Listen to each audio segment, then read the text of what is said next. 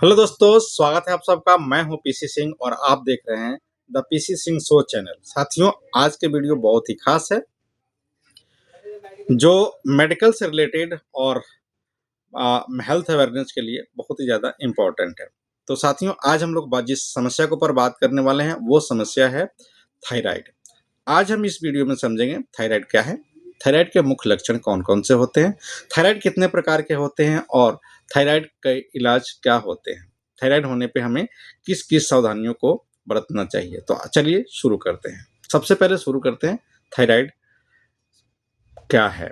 Thyroid एक hormonal disbalance की बीमारी है।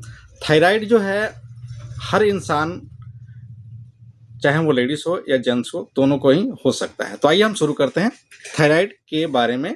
थायराइड क्या है? थायराइड हमारे गले में मौजूद बटरफ्लाई शेप की एक ऐसी ग्रंथि है जो हमारे हार्मोन्स, ऊर्जा और साथ में मेटाबॉलिज्म को कंट्रोल करती है।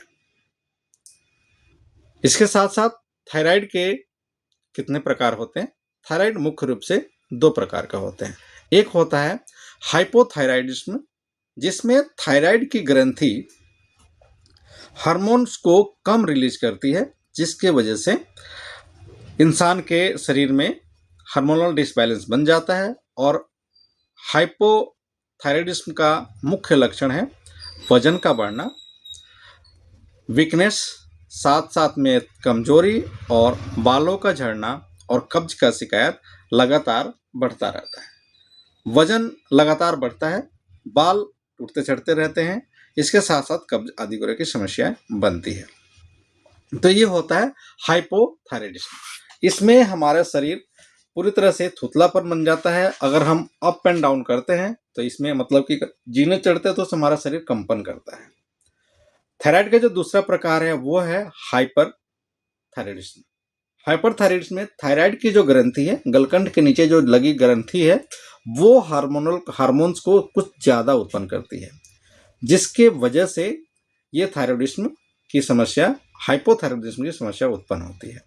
इसके प्रमुख लक्षण है वजन का कम होना, मतलब कि ये जो थायराइड है इसमें हार्मोन्स ज़्यादा उत्पन्न होने की वजह से हमारा वजन कम होने लगता है और साथ में थकावट, कमजोरी, इसके साथ साथ बीपी का डाउन होना, घबराहट और साथ साथ में नींद कम आने की समस्याएं उत्पन्न होती है।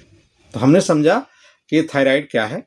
थायराइड एक गलकंठ के नीचे मौजूद एक ग्रंथि है जो मेटाबॉलिज्म, ऊर्जा और साथ में हमारे जो ऊर्जा आदि मेटाबॉलिज्म, ऊर्जा और हार्मोन्स को बैलेंस करती है।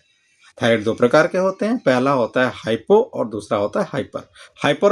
हाइपो में थायराइड ग्रंथि हार्मोन को कम उत्पन्न करती है और हाइपर में थायराइड ग्रंथि हार्मोन्स को कुछ ज़्यादा उत्पन्न करती है, जिसकी वजह से वजन कम होता है और साथ में थकावट होती है, घबराहट होती है, शरीर में कंपन होता है। इसके साथ साथ हमें वीकनेस की समस्या आने लगती है। तो चलिए हम समझते हैं कि थायराइड के मुख्य रूप से कौन कौन से जांच होते हैं। थायराइड के मुख्य रूप से 3 जांच होते हैं जो हर डॉक्टर कराते हैं। थायराइड का जो जांच है, पहला थायराइड का जो जांच है TSH थायराइड, इसमें पता चलता है कि थायराइड है या नहीं। दूसरा है T3 और T4, ये थायराइड के जो प्रकार है, किस वेज में है, ये बताता है। तो हमने समझा कि थायराइड के जांच कौन कौन से होते हैं। आइए हम समझते हैं कि थायराइड के इलाज क्या है। थायराइड के जो इलाज है, कभी भी अपने मर्जी से, अपनी इच्छा से कोई मेडिसिन नहीं लेना चाहिए। थायराइड का जो टैबलेट है, थायरोडियम जो है, वो कभी भी प्रशिक्षित डॉक्टर की सलाह से ही लेनी चाहिए। थायराइड कम हो या ज़्यादा हो, दोनों ही खतरनाक है। अगर थायराइड कम है तो आप लोग समझते ही हैं कि वीकनेस, कमजोरी और बहुत सारी समस्या उत्पन्न होती हैं, शरीर में कंपन आदि होते हैं और ये जो बीमारी है हमारे जेनेटिक कई बार बन जाती है। तो थायराइड को हमेशा कंट्रोल करके रखना जरूरी होता है और थायराइड का इलाज कभी भी हमें प्रशिक्षित डॉक्टर से ही करना चाहिए। थायराइड कम हो या ज़्यादा, इन दोनों परिस्थिति में थायराइड डॉक्टर जो है अपने अनुभव के आधार पर थायरॉक्सिन नाम की मेडिसिन का ज़्यादातर उपयोग करते हैं। और भी अब तो मार्केट में बहुत प्रकार की मेडिसिन और आ गई हैं, लेकिन थायरॉक्सिन ज़्यादा फेमस मेडिसिन है और ये मात्राएं में आती है, मतलब कि 12.5 mg से लेकर के 150 mg तक बनाई जाती है। थायराइड की जो थायरॉक्सिन है जो 12.5 mg, 25 mg, 27.5 32 mg, अब तो 112, 100 हर वेरिएंट में आ गई हैं। 62.5 भी आना शुरू हो गया है। बहुत तरह के जो कंपनियां, नाना प्रकार की कंपनियां थायरॉक्सिन को बनाना शुरू कर दी है और ये फार्मूला का नाम, मतलब कि एक केमिकल नेम है थायरॉक्सिन, जिससे बहुत प्रकार की कंपनियां बनाती हैं।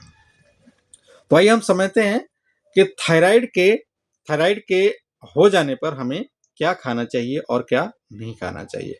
यदि किसी व्यक्ति को थायराइड हो गया है तो उन्हें कभी भी खाने में क्या खाना चाहिए।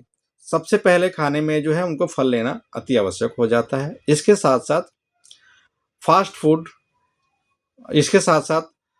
को तो अगले में हम समझेंगे कि कब नहीं, क्या नहीं खाना चाहिए, लेकिन हम सबसे पहले समझ लेते हैं थायराइड हो जाने पर क्या खाना चाहिए। सबसे पहले सलाद लेना अति आवश्यक हो जाता है, फल लेना आवश्यक हो जाता है, आयोडीन युक्त नमक का प्रयोग अति आवश्यक हो जाता है, जो जैसे कि टाटा नमक ज़्यादा फेमस है और भी बहुत अमूल की भी आती हैं और भी बहुत प्रकार की कंपनियां जो आयोडीन नमक बनाती हैं, वो ज़्यादा इम्पोर्टेंट हो जाता है आयोडीन नमक लेना। इसके साथ साथ प्रोटीन युक्त भोजन अति आवश्यक हो जाता है और साथ में हरी साग सब्जियां अति आवश्यक हो जाती हैं। यदि किसी व्यक्ति को थायराइड हो गया है तो क्या नहीं करना चाहिए और किन किन चीज़ों का परहेज करना चाहिए। यदि किसी व्यक्ति को थायराइड हो चुका है तो उन व्यक्तियों को जंक फूड से दूरी बना लेना चाहिए। साथ में शराब, अल्कोहल के साथ साथ धूम्रपान बिल्कुल परहेज कर देना चाहिए, जिसकी वजह से गलकंठ में प्रॉब्लम बनने लगती है। इसके साथ साथ ज़्यादा तेल और चीनी का सेवन कम कर देना चाहिए और ये हमारी थायराइड ग्रंथि को ज़्यादा नुकसान पहुंचाती है। साथियों, थायराइड कम हो या ज़्यादा, दोनों ही परिस्थिति में नुकसानदायक है। थायराइड एक आम बीमारी है जिसे सही समय पर, उचित समय पर जांच और सटीक इलाज से इसे कंट्रोल किया जा सकता है। एक बार थायराइड हो जाने के बाद थायराइड शरीर से जाता नहीं है, इसे सिर्फ और सिर्फ कंट्रोल किया जा सकता है। सही समय पे सही इलाज अति आवश्यक हो जाता है। तो साथियों, ये थे थायराइड के मुख्य जानकारी। थायराइड के बारे में हमने पूरी जानकारी दी। यदि आप लोगों को ये वीडियो सही लग रही हो, अच्छी लग रही हो, तो वीडियो को लाइक कीजिए, चैनल को सब्सक्राइब कीजिए और शेयर कीजिए उन साथियों को जो थायराइड से ग्रसित है और थायराइड जिन साथियों को हो गया है और साथ में जो साथी थायराइड के दायरे में नहीं आना चाहते। तो once again I would like to say thank you for watching my video and मिलते हैं नेक्स्ट वीडियो में अच्छी जानकारी के साथ साथ। तब तक के लिए थैंक यू वेरी मच।